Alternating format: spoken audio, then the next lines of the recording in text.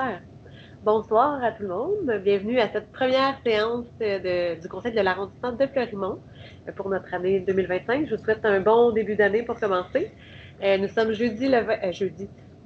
lundi, le 27 janvier 2025, en direct de la salle du Parvis. Je suis Joanie Belrose, la présidente de l'arrondissement de Fleurimont, et je suis accompagnée de mes collègues élus, Mme Danielle Berthold, Mme Laure Letarte-Lavoie, et nous avons Mme Dauphinet qui est absente pour ce soir. J'ai aussi à mes côtés le directeur de l'arrondissement de Fleurimont, M. André Blais. C'est sa toute dernière séance avec nous. Il va envisager de nouveaux défis, aller à l'arrondissement des Nations. Ça fait combien d'années que vous travaillez à Fleurimont, là, depuis le Centre Julien Ducharme? 2003. 2003, donc c'est une connaissance du terrain, du milieu de vie. Mais il ne s'en va pas trop loin, mais on vous remercie de votre engagement. Puis j'ai aussi à mes côtés le bonheur de vous présenter Mme Cyrielle Fleury, qui va être la nouvelle directrice de l'arrondissement. Alors, un beau bienvenue parmi nous. On est très heureuse. Cyrielle a une bonne expérience à la ville de Sherbrooke, donc une belle connaissance de l'appareil municipal. Ça va nous être très bénéfique. Donc, la séance est maintenant ouverte. Pour l'adoption de l'ordre du jour, il n'y avait pas de point à ajouter. Ensuite, pour le dépôt du procès-verbal, il y a un dépôt de procès-verbal de correction pour la résolution CAAF 2024-0879-00. Est-ce que ça vous allait? Oui. Parfait. Lecture et adoption du procès-verbal numéro 12 du 12 décembre 2024. Est-ce qu'il était conforme à nos échanges? Oui, madame. Excellent. Maintenant, pour le comité consultatif, abrogation de la résolution CAAF 2022-0568-03 et dépôt du procès-verbal du 25 avril 2022. Est-ce que ça vous allait? Oui. Excellent. Et le dernier PV à adopter ce soir pour le comité consultatif d'urbanisme, encore une fois, dépôt du procès-verbal du 25 novembre 2024. C'était conforme. Excellent. Alors, nous sommes maintenant rendus à la période de questions des personnes présentes. Comme vous voyez, il y a un micro et des chaises. Alors, vous pouvez simplement vous lever et venir vous adresser à nous. Alors, premier arrivé, premier servi. Simplement nous nommer votre nom. Si jamais vous représentez une entreprise ou un organisme communautaire, le mentionner. Puis, sinon, nous situer dans la ville un peu dans quel endroit se situe votre problématique. Alors, puis si jamais on n'a pas la réponse à votre question ce soir, on va s'assurer de faire un suivi avec vous là, dans les meilleurs délais. Bonsoir. Bonsoir. Mon nom, c'est Michel Baron. Je demeure au 661 rue Trieste. C'est à titre personnel. Moi, c'est un commentaire par rapport aux arbres. Juste cet automne, je trouve ça fatigant. Je en parle au comité. Je ne sais pas qui est responsable. Moi, les arbres, c'est une chose importante pour nous autres, la ville. On est venu à Sherbrooke par rapport à ça. Puis quand il y a des arbres, ils sont près des lignes électriques, mais on est portés, quand ils sont nouveaux, ils sont portés à des élagages. Puis c'est pas joli. Fait que mon commentaire, c'est que j'ai vu, c'est la rue Saint-Michel, qui ont planté des arbres dernièrement, cet automne, des petits arbres, puis carrément en dessous des lignes électriques. Je me disais, qui s'occupe de planter les arbres ou qui plante ça? Parce que maintenant, dans 10 ans, 15 ans, je ne sais pas, quand ils vont grossir, mais eux aussi, il faut les élaquer. Fait que, la question est, c'est-tu moyen de gérer les arbres aux endroits qui ne seront pas nuits dans... Le bon arbre au bon endroit, comme on dit. C'est ça. Ouais. Mais pour l'élagage, c'est sûr que c'est Hydro-Sherbrooke qui s'occupe d'élaguer les arbres sous les lignes électriques. Pour la rue Saint-Michel, est-ce que vous avez la réponse, M. Blais? Oui. Ce projet-là, dans le fond, c'est un projet qu'a soutenu Mme Dauphinet via le fonds dédié. Il y a eu une évaluation aussi en lien avec l'endroit, les emplacements. Aussi, on savait qu'il y avait des fils électriques en haut de l'emprise de rue.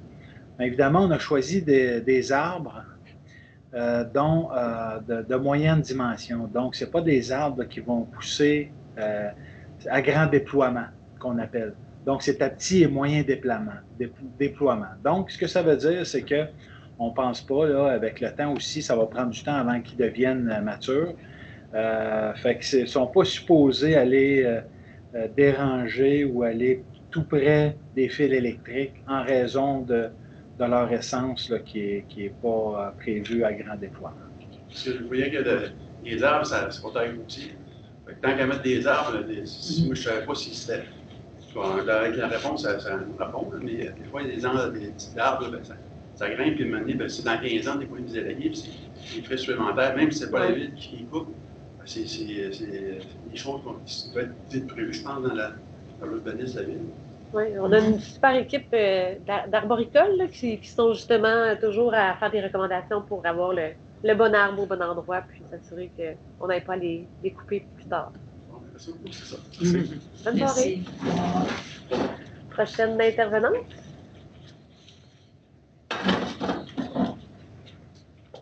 Réjeanne Fontaine-Cartier, je demeure au 1640 chemin Moulton-Hill.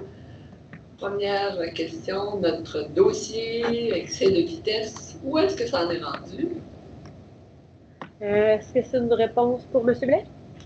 Oui, je vais répondre aussi parce que, évidemment, quand vous êtes venu la dernière fois, à la fin de l'année 2024, on vous avait mentionné qu'on allait transmettre l'information au service municipal concerné, pour vous rappeler, parce que le chemin Moulton Hill, c'est une rue collectrice. Donc, les arrondissements ont davantage une portée locale, donc, et plus une responsabilité concernant les rues locales. Donc, je vous mentionne qu'on va faire un rappel au service municipal concerné pour vous rappeler, pour vous donner un accompagnement pour remplir, là, dans le fond, les exigences là, reliées au fait que vous êtes venu et que vous n'avez pas eu de nouvelles. Donc, on s'en excuse. Puis, je vais faire un rappel au service pour communiquer avec vous dans les meilleurs délais. Parfait. Oui, Mme Mertel? Bonsoir. Bonsoir, Daniel. Bon, je comprends très bien l'explication de M. Blais.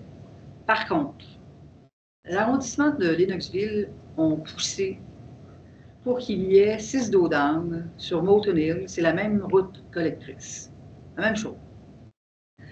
Je peux comprendre que c'est un projet pilote, mais je pense qu'en tant qu'arrondissement, on devrait, nous aussi, prendre la même voie qu'a pris l'arrondissement de Lennoxville et on devrait faire une recommandation à nos services pour étendre le projet pilote sur Moulton Hill, dépasser la rue Galvin, donc en allant vers la mine.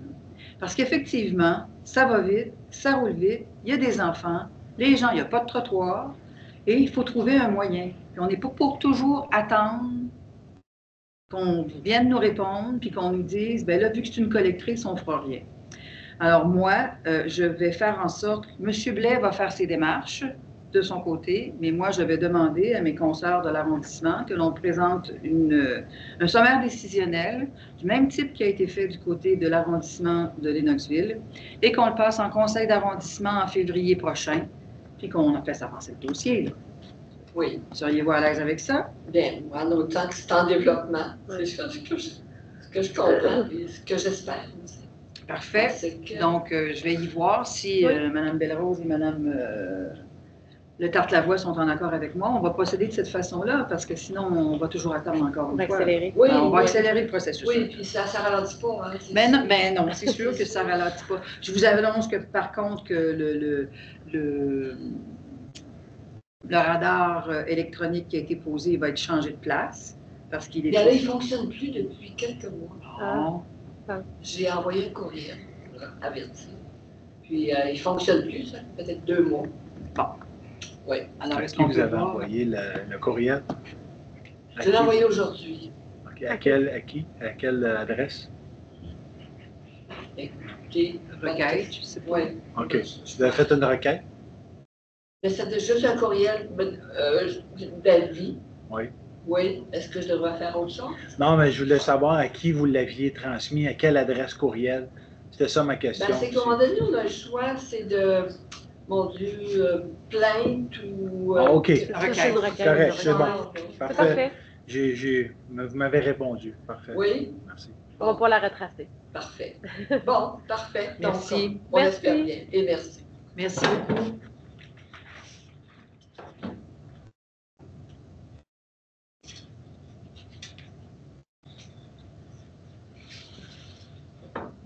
Bonsoir. Bonsoir. Mon nom est Jacques Laurendeau, de l'arrondissement de Bellevue. C'est pour un commentaire, parce que vous m'avez orienté vers la réunion pour le plan d'urbanisme, que j'ai bien apprécié. Puis, c'est pour vous féliciter de cette démarche-là. J'ai trouvé ça à point. Et puis, comme consultation, j'en ai rarement vu de ce genre. Vous avez été loin de ce que j'ai vu. Vous avez été dans les écoles. Là, j'ai été étonné de votre démarche. C'est pour un remerciement. Merci de votre démarche et de m'avoir orienté à la bonne place aussi. Merci beaucoup, J'ai M. eu Laurendeau. Merci de votre commentaire. Mes réponses. Merci beaucoup. On apprécie. Merci. C'est un beau forum pour poser vos questions puis Oui, faire des c'est commentaires. bien. Ouais. Excellent. Donc, vous aviez, oui, une dernière intervention. Bonjour, je m'appelle Catherine Robert-Roy. Je vis au 378 parcelle Gingras. Je suis membre du conseil d'administration du regroupement CPE Clermont. Je viens ici pour la dérogation de mineurs. Là, on se demande en tant que conseil d'administration, ce soir, ça va être approuvé. On veut savoir c'est quoi les délais entre ce soir et le moment où le permis est émis. Je sais que ça va à permis inspection après, mais on se demande le délai dans le fond avant surtout nos travaux qu'on les commence. Est-ce qu'on accepte la réponse des délais? Oui. Moi, je voudrais m'assurer que vous ayez tous les suivis nécessaires et que ça soit fait correctement. Est-ce que vous avez vous avez le nom du chargé de projet du service de planification de la gestion du territoire? Bon, vous n'êtes pas obligé de le nommer, mais après la rencontre, là, je veux juste m'assurer que vous demeurez en communication avec lui puis que vous puissiez avoir toutes les informations nécessaires pour obtenir vos permis dans les meilleurs délais. Habituellement, c'est 4 à 5 jours pour obtenir votre permis. OK? Donc, c'est à peu près ça le délai, mais voilà. C'est parfait. C'est bon? C'est bon. Merci beaucoup. Mais on peut peut-être dire non, par exemple. Oui, c'est ça, ça s'en vient. On va le savoir dans les prochaines secondes. Là. Alors, justement, pour les 3 prochains points, je passe le micro à la présidente du comité consultatif d'urbanisme de l'arrondissement. Merci beaucoup, Mme Belrose. Alors oui, effectivement, notre premier dossier aujourd'hui, le 6.1.1, donc une demande de dérogation mineure au règlement 1200 de zonage et de lotissement de la ville de Sherbrooke pour la zone H1429 au 605 de la rue des Jonquilles. Alors, ce que l'on demandait, c'est que cette dérogation mineure vise à autoriser une réduction des marges avant et avant secondaires par rapport à la réglementation actuelle pour l'ajout d'un étage d'un centre de la petite enfance situé au 605 de la rue des Jonquilles sur le lot 1 331 281. Donc, la demande de dérogation mineure est présentée en amont. Les travaux n'ont pas été réalisés. Vous êtes bien sage, parce que sinon, il y a des conséquences. Il peut y avoir des conséquences.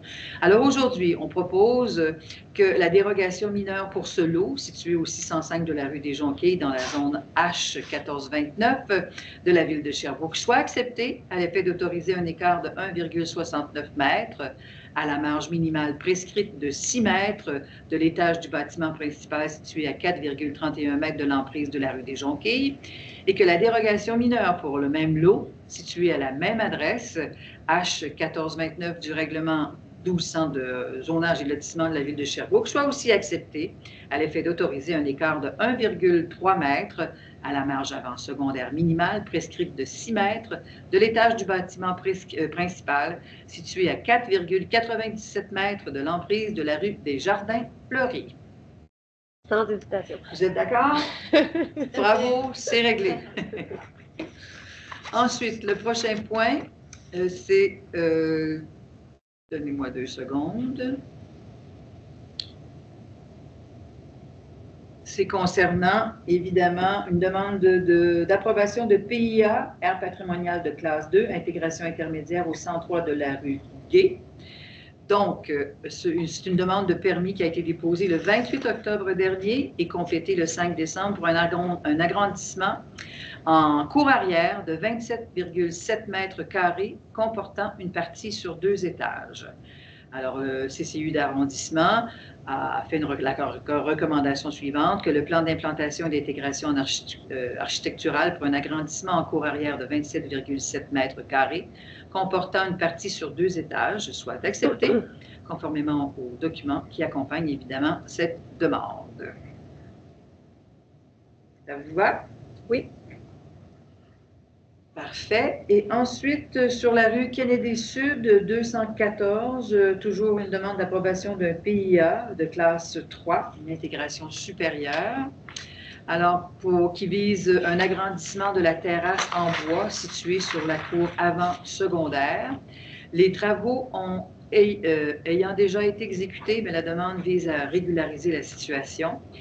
Alors, évidemment, c'est un petit peu plus difficile à ce moment-là de dire, on refuse, sauf qu'il fallait juste que l'on analyse en CCU d'arrondissement, savoir si ça causait préjudice et s'il y avait des problèmes à l'accepter. Donc, le CCU d'arrondissement dit que le plan d'implantation et d'intégration architecturale pour ces travaux, pour la terrasse du bâtiment situé au 214 de la rue Kennedy-Sud, soit accepté, conformément évidemment aux documents qui ont accompagné l'étude du dossier. Ça vous va aussi? Oui. Parfait. C'est tout en ce qui me concerne. Super, merci beaucoup. Pour les prochains points, ce sont des dépôts.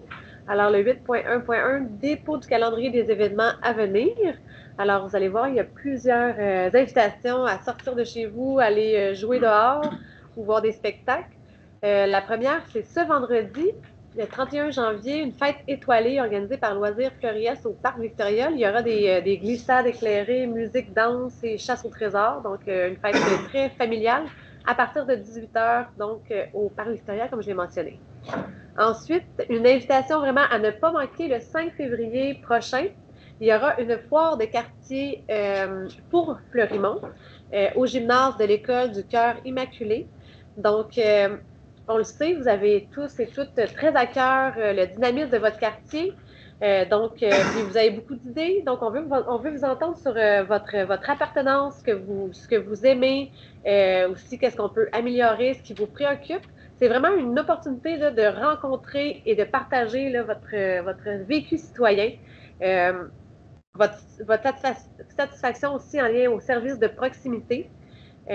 Puis toute idée pour améliorer. Donc, une invitation vraiment de ne pas manquer, 5 février, à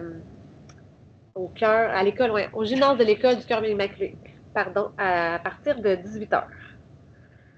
Ensuite, si jamais vous manquez cette foire de quartier-là, il y aura aussi l'occasion de la reprendre en ligne le 20 février.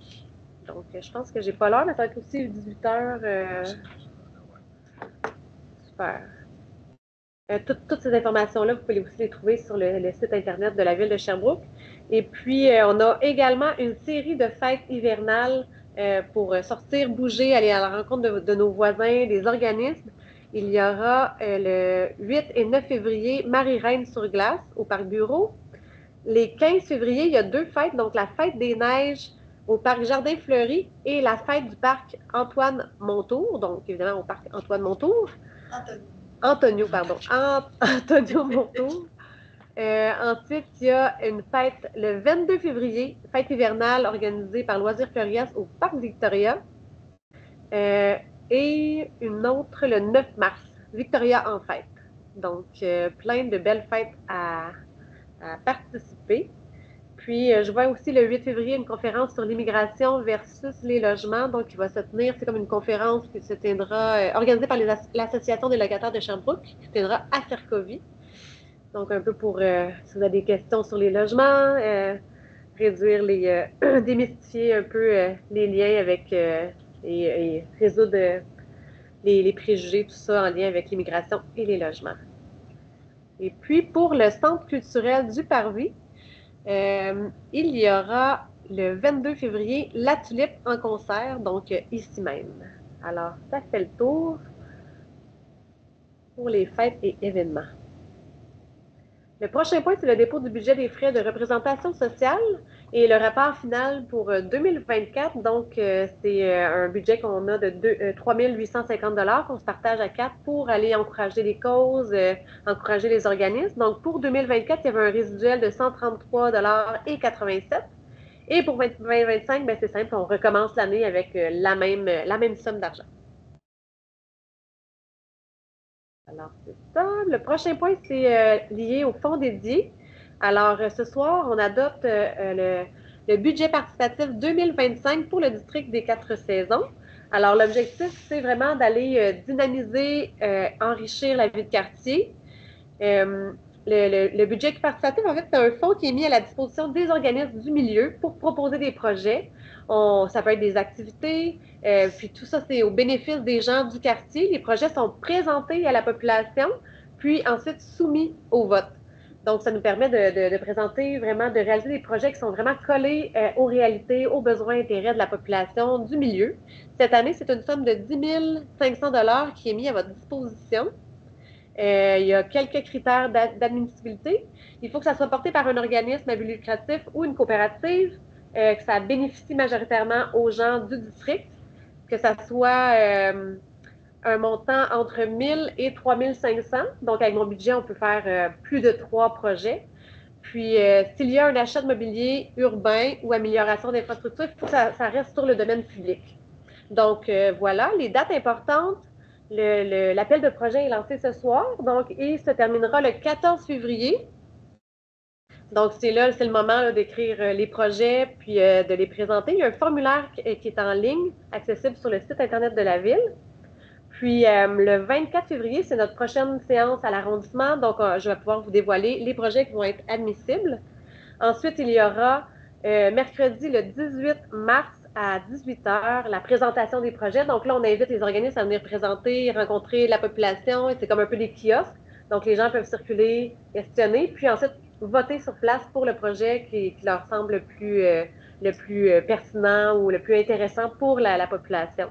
Mercredi le 19. Mercredi le 19 mars. C'est ça, il y a une petite erreur dans le SD, mais ça sera mercredi la soirée de présentation et de vote. Puis ensuite, pour donner l'opportunité à plus de gens de voter, bien, on a un vote en ligne qui se fait du 20 mars au 11 avril.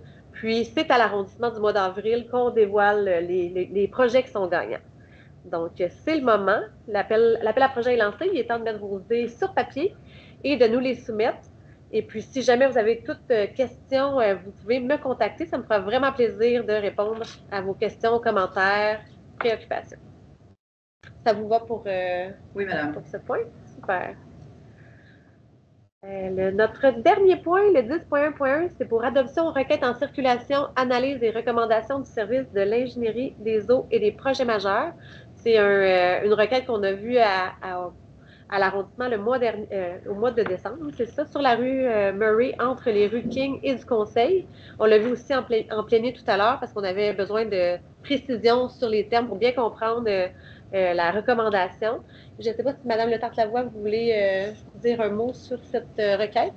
Oui, bien c'est ça, on en a parlé tout à l'heure. Il y a plusieurs requêtes là, qui sont faites sur la rue Murray entre King et Conseil. Il y a beaucoup de gens qui roulent vite. Et puis, on sait c'est une rue avec beaucoup de résidences et des familles. Et il y a une résidence pour aînés également sur cette rue-là.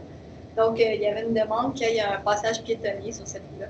Mais avec les informations qu'on a reçues, c'est qu'on est lié avec des normes qui font office de loi, puis selon les normes qui sont appliquées, les critères ne sont pas remplis pour pouvoir rajouter un passage pour piétons, malheureusement. Donc, on espère, avec la mise à jour de la politique, qu'on pourrait prévoir au moins des mesures de mitigation, donc d'autres mesures qui pourraient permettre de répondre à la sécurité de tous les usagers sur cette rue. Merci beaucoup. Alors, voilà, c'est adopté ce soir. Le tout dernier point, c'est le message des membres du conseil de l'arrondissement. Est-ce que vous avez des messages à faire? Peut-être commencer par Mme Le Tartelavoix? Oui, mais dans le cadre des événements, je veux juste revenir. Marie-Reine sur glace, 8-9 février, c'est une fête qui est organisée par la table de quartier Action Marie-Reine. C'est pas la ville là, qui est impliquée. Donc, j'ai accepté d'aider au financement de cette fête-là via mon fonds de recherche et soutien. Puis, c'est une fête sous le thème traditionnel, fête traditionnelle québécoise. On veut familiariser les communautés interculturelles à notre culture parce que c'est au Parc Bureau, là, c'est près il y a plusieurs familles de nouveaux arrivants qui sont dans ce quartier-là. Donc, il va y avoir des contes, par un compteur, la file des rap, la danse traditionnelle, il va y avoir du café, chocolat chaud, popcorn, du patinage. Il y a du patin aussi dans ce parc-là. Donc, vous êtes bienvenus à cette fête 8-9 février. Et la fin de semaine d'après, le 15 février, on a parlé de la fête au parc Antonio Monto. Donc, ça, c'est le parc au coin Chalifou-Meuré. Et il va y avoir des jeux gonflables, une ferme mobile, une initiation à la danse country, et un compteur aussi, des jeux d'antan, aussi chocolat chaud, café. Donc, vous êtes les bienvenus. Et sinon, je terminerai seulement pour remercier M. André Blais, notre directeur d'arrondissement. Mais c'est vraiment votre dernière avec nous ou vous avez En réalité, c'est mon avant-dernière. Ah, c'est ça, je t'ai Mais pas je vais juste changer de place. C'est sûr. Oh, vous allez changer de Vous place. allez Ah, changer de ouais. place au prochain. OK. La chaise musicale. OK, je vais garder mon mot pour la prochaine fois. Il va y avoir plus Oui, d'émotions. c'est ça. Merci. J'aimerais souligner l'excellent travail de M. Blais, oui, c'est sûr, mais ça va aller à l'autre conseil. Mais de notre technicienne en loisirs à l'arrondissement de Fleurimont, Karine Douillard, qui a organisé la fête au parc Gilles Charland le 17 janvier dernier. Écoutez, c'était vraiment, c'est sûr qu'on avait la journée idéale. Là. Il ne faisait pas moins 40 parce qu'habituellement, à la fête du parc Gilles Charland, il fait toujours très froid. Il y avait un peu de neige, la température était idéale. Et franchement, la population a bien répondu à l'invitation. Les jeunes étaient contents.